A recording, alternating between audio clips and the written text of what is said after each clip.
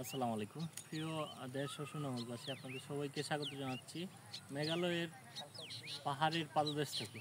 আমার পিছনে আপনারা যে এরিয়াটি দেখছেন এটি সুনামগঞ্জ জেলার বিষ্ণুপুর উপজেলার রাজাপাড়া বর্ডার। এবং এইখান থেকে এই যে পাশে আসলে 2003 সালের পূর্বেও কিন্তু এখানে বেড়া ছিল না। এই পাশের মানুষ এই পাশে আসতো, এই পাশের মানুষ ওই পাশে যেত। এবং ওই এই দিকের যে রাজাপাড়ার মেজরিটি হচ্ছে আপনার যে গারো সম্প্রদায়, তারা আসলে খ্রিস্টান ধর্মী। এবং সেই খ্রিস্টান ধর্মীদের আসলে ধর্ম প্রতিষ্ঠান, এই যে এখানে একটা গির্জা আছে, যেটা আসলে বর্তমানে ভারতে। এইখানকার বেশিরভাগ ধর্মীয় অনুষ্ঠানগুলো মূলত এইখানে পালন করা হয়। এবং এইখানকার যারা, তারা আগে যেত, এখন হয়তো যায় না, বাট তারপরেও তারা আসলে ধর্মীয় অনুষ্ঠানগুলো এইখান থেকে তারা অনেক তথ্যগুলো পায়, এই বিশেষ করে রাজাপাড়া বর্ডার। এবং এরা আসলে, আমরা বলি যে আমরা সুনামগঞ্জবাসী আসলে দুর্গম মফস্বল এলাকায় বাস করি, কিন্তু আসলে সবচেয়ে বেশি দুর্গম ভারতের এই অংশ যারা, এটা আসলে এই যে মেঘালয়, এটা শিলং হচ্ছে তাদের প্রধান শহর, বড় শহর। এই জায়গায় শিলং থেকে এই জায়গায় তাদের নাগরিক আসতে কিন্তু মিনিমাম 4 থেকে 5 ঘন্টা সময় লাগে।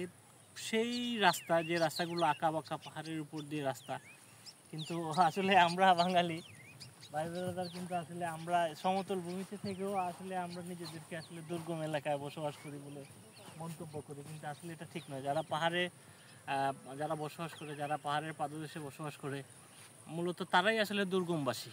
এবং এইখানের যারা নাগরিক আছে, এই পাশটা একটু দেখাই, এই পাশের এখানে বিশাল বড় একটা পল্লী, ভারতীয় খাসিয়া পল্লী।